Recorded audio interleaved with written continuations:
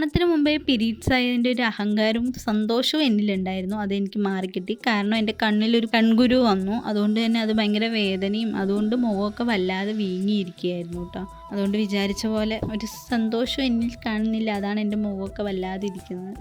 ഉത്രാടമൊക്കെ ആയിട്ട് രാവിലെ തന്നെ നല്ല മഴയായിരുന്നു കേട്ടോ. അതങ്ങനെയാണല്ലോ, അത്തം വെളുത്താൽ ഓണം കറുക്കും എന്നാണല്ലോ പറയാറ്. എന്തായാലും ഞാനും ഉണ്ണിയേട്ടനും കൂടെ അമ്പലത്തിൽ പോകാമെന്ന് വിചാരിച്ചു. അങ്ങനെ പിന്നെ ഞാൻ സെറ്റ് മുണ്ടാണ് കേട്ടോ ഉടുക്കുന്നത്. അമ്മയാണ് എനിക്ക് സെറ്റ് മുണ്ട് ഉടുപ്പിച്ചിരുന്നത്. ഉണ്ണിയേട്ടൻ്റെ അമ്മയാണ് കേട്ടോ അത്. അങ്ങനെ അമ്മ സെറ്റ് മുണ്ടൊക്കെ ഉടുപ്പിച്ച് സെറ്റാക്കി തന്നിട്ടുണ്ട്. അമ്മയ്ക്കും അമ്പലത്തിൽ പോകണമായിരുന്നു കേട്ടോ.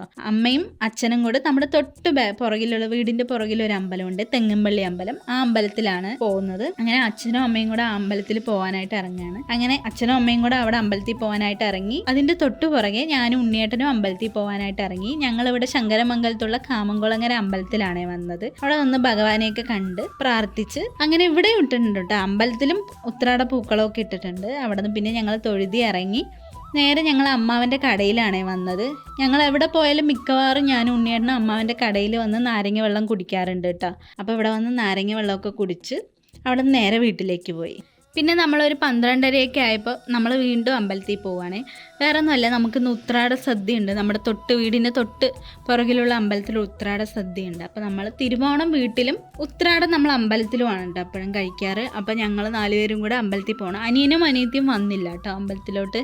നല്ലപോലെ സദ്യ കഴിക്കണമെന്ന് വിചാരിച്ചുകൊണ്ടാണ് ഞാൻ അമ്പലത്തിൽ പോയത്. പക്ഷേ എനിക്കതിന് പറ്റിയില്ല. സദ്യ നല്ലപോലെ കഴിക്കാൻ പറ്റാത്തതിൻ്റെ ഒരു വിഷമം ഉണ്ടായിരുന്നു. പിന്നെ ആ വിഷമം ഞാൻ വീട്ടിൽ വന്ന് കുറച്ച് പായസം, നമ്മളിന്ന് ഉത്രാടമായിട്ട് വീട്ടിൽ കുറച്ച് പായസം ഉണ്ടാക്കിയിട്ട് അനിയനും അനിയത്തിയും അമ്പലത്തിലോട്ട് വരാത്തതുകൊണ്ട് തന്നെ വീട്ടിൽ കുറച്ച് പായസം വെച്ചു. അപ്പം ഞാൻ കുറച്ച് പായസം എടുത്ത് കഴിച്ചു. ഞാൻ പിന്നെ ഈ നോക്കുന്നത് എൻ്റെ കണ്ണിൽ കുരുവാണ് കേട്ടോ. അതായത് കണ്ണിൽ കുരുവായിരുന്നു. കണ്ണിൽ കുരുവാണ് കേട്ടോ, കൺകുരുവാണ്.